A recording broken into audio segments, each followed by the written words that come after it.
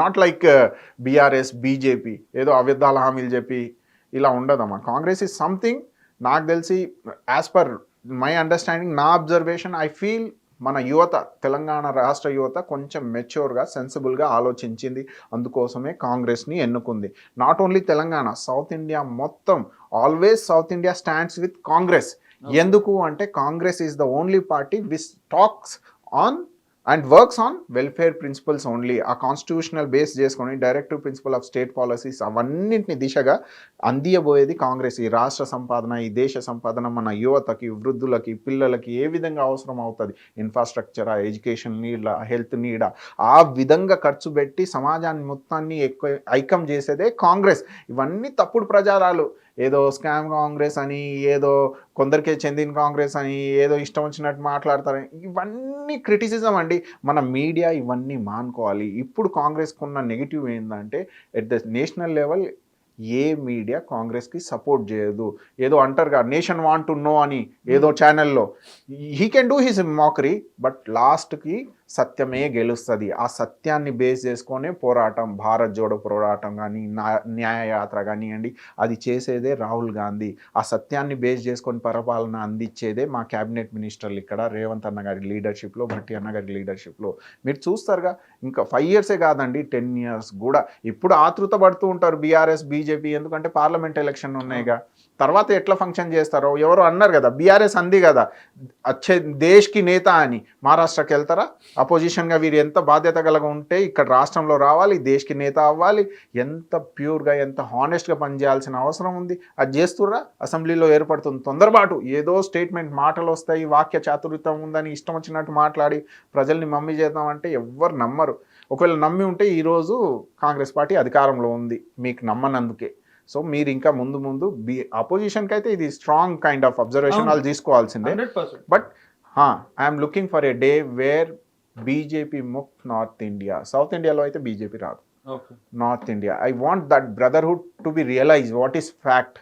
ఇలా ఉండదు ఓ మతవాదాన్ని తీసుకొని, ఓ మెజారిటీ పాపులిజం తీసుకొని, ఏదో అబద్ధాల హామీ, ఏదో పాలసీ తీసుకొచ్చి అది చేస్తాం ఇది చేస్తామని ముగ్గురు చేస్తున్నారు చూడండి, మోడీ, అమిత్ షా, జేపీ నడ్డా.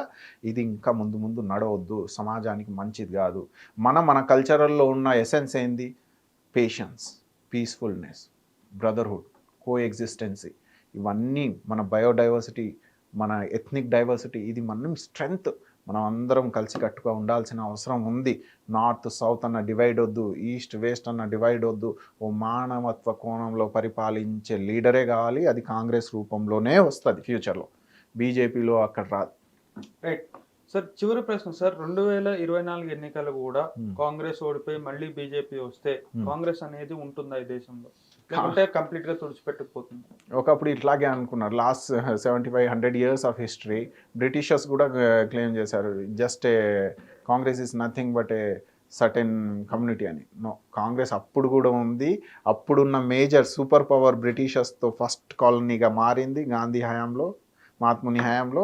ఫ్రీడమ్ తీసుకున్నాము, తర్వాత అధికారం సాధించుకున్నాం, మళ్ళీ తర్వాత అపోజిషన్స్ రూలింగ్లో వచ్చాయి. ఇంకా కాంగ్రెస్ అయిపోయింది అనుకున్నారు, మళ్ళీ కాంగ్రెస్ వచ్చింది. కాంగ్రెస్కి ఇక్కడ మళ్ళీ 100 years కాదు, డౌన్ ద లైన్ ఈ నేల ఉన్న రోజులు కాంగ్రెస్ ఉంటుంది. ఎందుకు ఉంటుంది చెప్పండి? రీజన్, సత్యాన్ని బేస్ చేసుకొని, ఆ సంవిధాన్ని బేస్ చేసుకొని, పేదరికం నిర్మూలన కోసం, ఈక్వల్ సొసైటీ కోసం, సమాజ నిర్మాణం కోసం, ప్రతి ఒక్క సమాజాన్ని తోడు తీసుకెళ్లే పార్టీ కాంగ్రెస్ పార్టీ. ఎక్కడో ఒక దగ్గర ఉంటుంది. సో 100% కాంగ్రెస్ పార్టీ అయితే తూడ్చుకోబోదు. ఇన్ఫ్యాక్ట్ బీజేపీ, బీఆర్ఎస్ తూడ్చుకుపోయే ఛాన్సెస్ ఇప్పుడు పుష్కలంగా ఉన్నాయి. అబద్ధాన్ని బేస్ చేసుకొని ఎవ్వరూ ఇల్లు ఎక్కువ రోజులు నడపలేరు. సో కాంగ్రెస్ ఎప్పుడు పేరు చేసుకోలేదు. ఏదో సేనా నుంచి ఈరోజు బీజేపీకి మారింది, జనతా పార్టీ నుంచి బీజేపీ పార్టీగా మారింది. పేర్లు ఇంకా ముందు ముందు వాళ్ళే పేర్లు మార్చుకుంటారు, కానీ ఈ కాంగ్రెస్ ఎప్పుడు ఉంటుంది. 138 years ఆఫ్ ది హిస్టరీ. ఒకవేళ హానెస్టీ లేకపోయి ఉంటే, ఈ దేశ పట్ల దేశభక్తి లేకపోయి ఉంటే, ప్రజానికం పట్ల ప్రేమ లేకపోయి ఉంటే ఇంతవరకు సర్వైవ్ అవ్వకపోయేది. దీని లాజిక్, దీనికి ఎసెన్స్ చాలా గట్టిగా పడ్డాయి మన ఫ్రీడమ్ ఫైటర్స్తో. అలాంటి నాయకులు మళ్ళీ బీజేపీలో పుట్టరు, బీఆర్ఎస్లో పుట్టరు. డౌన్ ద లైన్ కాంగ్రెసే ఉంటుంది. కానీ ఎప్పుడు, ఎలా, ఏ దిశగా 24 వరకు, 24 తర్వాతన అది నేను చెప్పలేను. కానీ 24లో అయితే టఫ్ కాంపిటీషన్ ఇవ్వాలన్న కాంటెక్స్లో పనిచేస్తున్నాము. 24 తర్వాత 100% చెప్తా, కాంగ్రెస్ ఎప్పుడూ ఉంటుంది. ఎందుకంటే ఈ దేశాన్ని గట్టింది కాంగ్రెస్ కాబట్టి.